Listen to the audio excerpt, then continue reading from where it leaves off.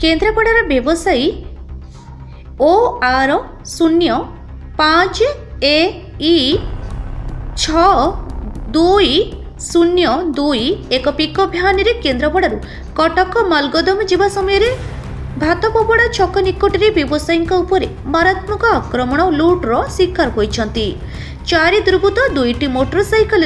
जोगे आसी पिकअप भ्यानटी को बंधुक देखाई अटकाई भयभीत करी फांका गुली चारणा करी मोबाइल फोन और नगद 60,000 टंका लुट करी घटनास्थल चंपट मारिथिले।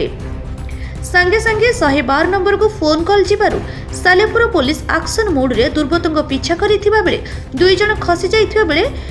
कोलणापुर नईकूलू दुई युवक को धरिबारे सालेपुर पुलिस सफल होईची। घटनास्थल में सालेपुर पुलिस और साइंटिफिक टीम अधिक तदंत चलाइछि। कुमार पात्र कौन है घटना घटना है आम मालगोदाम जाऊँ माल बाबूंकर मोर मालगोदाम राशन दुकान अच्छी राशन माल जाऊँ केन्द्रापड़ार बंधकटा ग्राम पाटकुरा थाना बंधकटा पेंट बंधकटार बाबू विभूति भूषण महांती। कौन है घटना कौन है घटना आम गाड़ी नहीं आसला आम गाड़ी पछपट जड़े पल्सर रे 2 जन आसिले मो गाड़ी आगे गाटा रखीदे हाथ देखले रखापी पछर पछ लोकटी जे थिला सी आसिक मो गाड़ी चाबिटा आगे नहीं गला गाड़ी चाबिटा नहीं गला गाड़ीटा बंद हो गला तापर से बैक साइड आउ 2 जन आसिले आम बाबू बंदूक लगे पकेट रू पैसा मोबाइल छड़े नहीं गले पैसा 60,000 टका था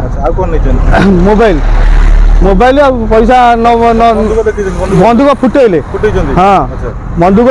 बाबू पैसा न छाड़े धरले माड़ सिगरी बैग पकेट भितर से गोटे राउंड फुटेले बाबू छाड़ीदे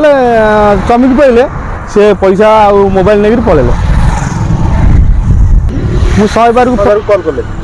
कॉल कली 100 कॉल कर तत्क्षणात 10 मिनट भितर थाना वाला आसी आम पाखे पहुँचले आ मु सालेपुर थाना धन्यवाद देवी जे आम मु खबर ए पाऊँ जे 2 जन को से धरी मुझे खबर पाई सालेपुर थाना वाला मुझे अशेष धन्यवाद दूँ। Salepur Rahim Uddin report B news Odisha.